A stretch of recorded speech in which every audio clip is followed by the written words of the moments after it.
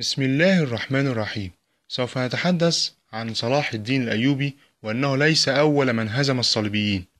صلاح الدين الأيوبي هو من حرر القدس وطرد الصليبيين منها، ولكنه ليس أول من حقق انتصارات ضد الصليبيين، كما أنه لم يطرد الصليبيين نهائيا من الشام وفلسطين.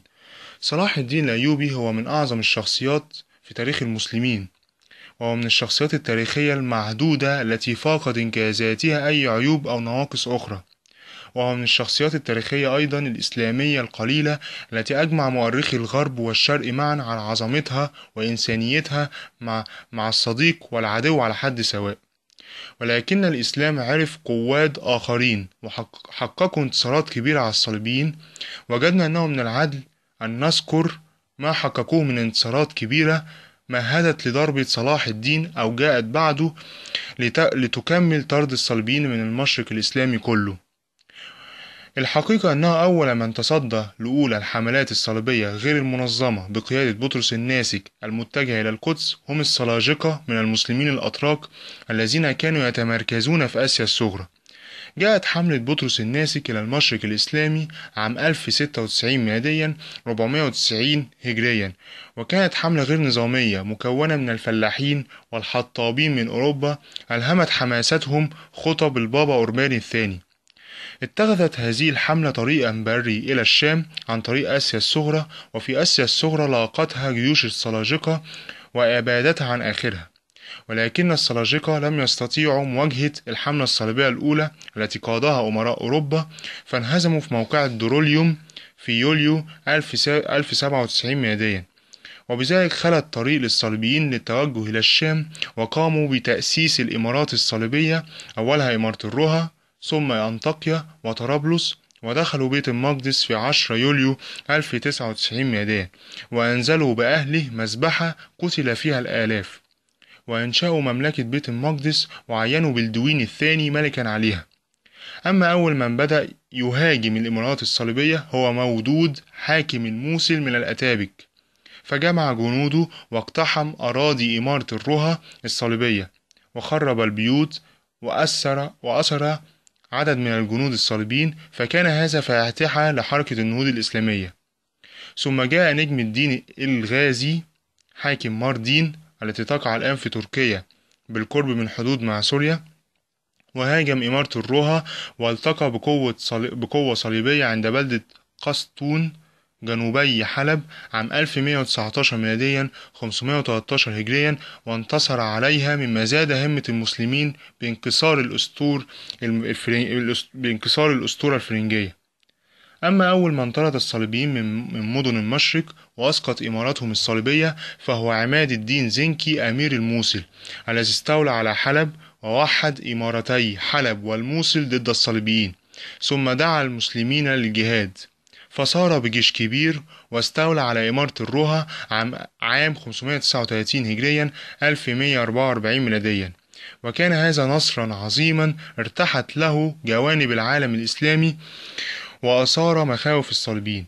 أما موحد الشام ضد الصليبيين فهو نور الدين محمود ابن عماد الدين زنكي، الذي قضى 10 سنوات يوحد مدن الشام ضد الصليبيين ويوجه ضربات موجعة للصليبيين، حتى استطاع توحيد مدن الموصل وحلب ودمشق تحت إمرته. ثم أرسل بجيشه بقيادة أسد الدين شيركو لمصر ليسقط الخلافة الفاطمية الضعيفة ويضمها تحت لوائه لقتال الصليبيين. وتمكن أسد الدين من ضم مصر لملك نور الدين عام 1168 ميلاديا، وسقطت الخلافة الفاطمية بعدها ب3 سنوات بوفاة الخليفة الفاطمي العاضد. لذلك يرجع الفضل لنور الدين محمود إنشاء جبهة إسلامية موحدة تضم مصر والشام ضد الصليبيين. أما صلاح الدين فقد تولى حكم مصر أولا سنة 1168 ميلاديا، وبدأ بتحضير الجبهة الداخلية في مصر، ثم توجه إلى الشام وضم مدن الشام لسلطانه عام 1181 ميلاديا. وفي عام 1187 ميلاديا دعا صلاح الدين المسلمين للجهاد، وقاد الهجوم الكبير ضد الصليبيين في حطين، فهزمهم هزيمة منكرة، ودخل مدينة القدس بعد حصار دام 3 أشهر. ثم تصدى صلاح الدين للحملة الصليبية الثالثة بقيادة فيليب أغسطس وريتشارد قلب الأسد، والتي انتهت بعقد صلح الرملة عام 1193 ميلاديا، والذي يقضي باحتفاظ المسلمين ببيت المقدس وعسقلان، واحتفاظ الصليبيين بمدن يافا وسور وعكا في فلسطين، بالإضافة إلى إماراتهم أنطاكيا وطرابلس. لذلك نجد أن نتائج جهاد صلاح الدين تمثلت أساسا في تحرير بيت المقدس، وهو الهدف الأساسي الذي جاءت من أجله الحملات الصليبية.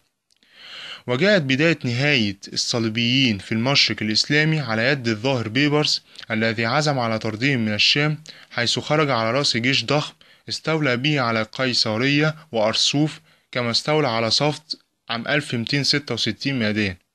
وفي عام 1268 ميلاديا استولى بيبرس على أنطاكيا، قام بإحراق المدينة وسواها بالأرض، وقتل كل حاميتها الصليبية، وباع النساء والأطفال الصليبيين في سوق الرقيق.